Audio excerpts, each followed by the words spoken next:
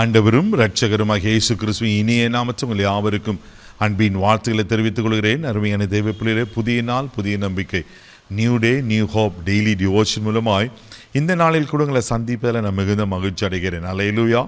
இன்றைக்கு கூட கர்த்தர் நமக்கு கொடுக்கிற வார்த்தை என்ன? யோசுவாவின் புஸ்தகம் 3ஆம் அதிகாரம் 5வது வசனம் கூட வாசிக்க கேட்போம். யோசுவா ஜனங்களை நோக்கி, உங்களை பரிசுத்தம் பண்ணி கொள்ளுங்கள், நாளைக்கு கர்த்தர் உங்கள் நடுவிலே அற்புதங்களை செய்வார் என்றார். அல்லேலூயா.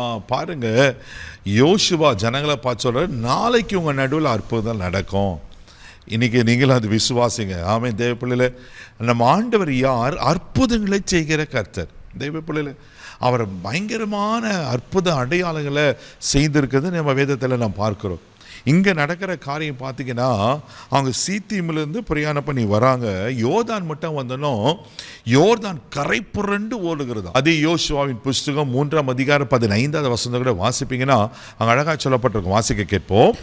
யோர்தான் அறுப்பு காலம் முழுவதும் கரை புரண்டு போம், பெட்டியை சுமக்கிற ஆசாரியர்களின் கால்கள் தண்ணீரின் ஓரத்தில் பட்டவுடனே. இங்க வசனம் சொல்லப்பட்டிருக்கு, யோர்தான் கரை புரண்டு ஓடுகிற காலம், இந்த கரை புரண்டு ஓடுகிறது. ஆனால் யோசுவா ஆசாரிகளை நீங்கள் உடன்படிக்கை பெட்டியோடு போயிட்டு உங்கள் உள்ளங்கால் அதில் தண்ணீரை தொடர்ளுக்கு வைங்கன்னு சொல்லும் போது கரை புரண்டு ஓடின யோர்தான் என்ன நடக்கா?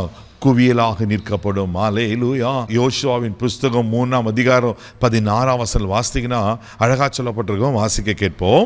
மேலிருந்து ஓடி வருகிற தண்ணீர் நின்று சார்த்தானுக்கு அடுத்த ஆதாம் ஊர் வரைக்கும் ஒரு குவியலாக குவிந்து உப்புக்கடல் என்னும் சமமான வெளியிலும் கடலுக்கு ஓடி வருகிற தண்ணீர் பிரிந்து ஓடிற்று.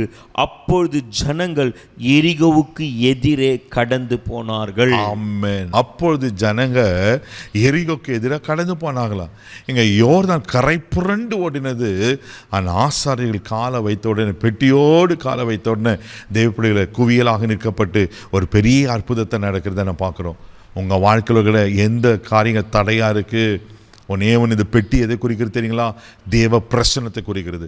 நீங்கள் ஒவ்வொரு நாளும் தேவ பிரசன்னத்தை சார்ந்து கொள்ளுங்க, தேவனை சார்ந்து கொள்ளுங்க.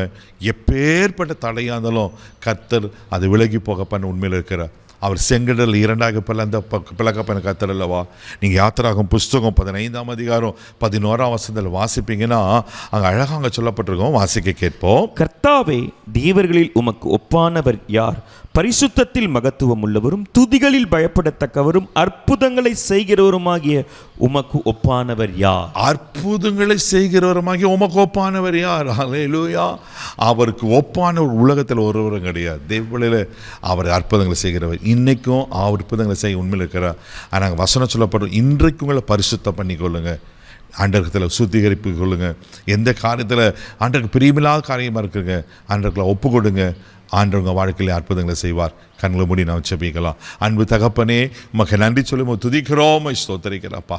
ஆண்டவரே, உமக்கு ஸ்தோத்திர. கரை புரண்டு ஓடின ஆண்டவர் யோர்தானை குவியலாக நிற்க வச்சு தன் ஜனங்களை கடக்க பண்ணுவீங்கன்னா, இன்றைக்கு இயேசுவின் நாமத்தில் இவங்களுடைய அற்புதத்துக்கு எது தடையாக இருக்கிறதோ, இவங்க நன்மைக்கு எது தடையாக இருக்கோ, இவங்க ஆசீர்வாதத்துக்கு எது தடையாக இருக்கோ, இவங்க சுகத்துக்கு எது தடையாக இருக்கோ, ஆண்டவரே இவங்க உயர்வுக்கு எது தடையாக இருக்கோ, இயேசுவின் நாமத்தினால அது குவியலாக்கப்படும்படியாக ஜெபிக்கிறப்பா. ஆண்டவரே, அற்புதங்களை காணிச்சீங்க. ஆண்டவரே, நீர் அற்புதங்களை செய்கிற கர்த்தர், உமக்கு ஒப்பான ஒரு உலகத்தில் ஒருவரும் இல்லைப்பா. இதில் ஆசீர்வதி. இந்த நாள் முழுதும் கரம் பிடித்து நடத்தும்.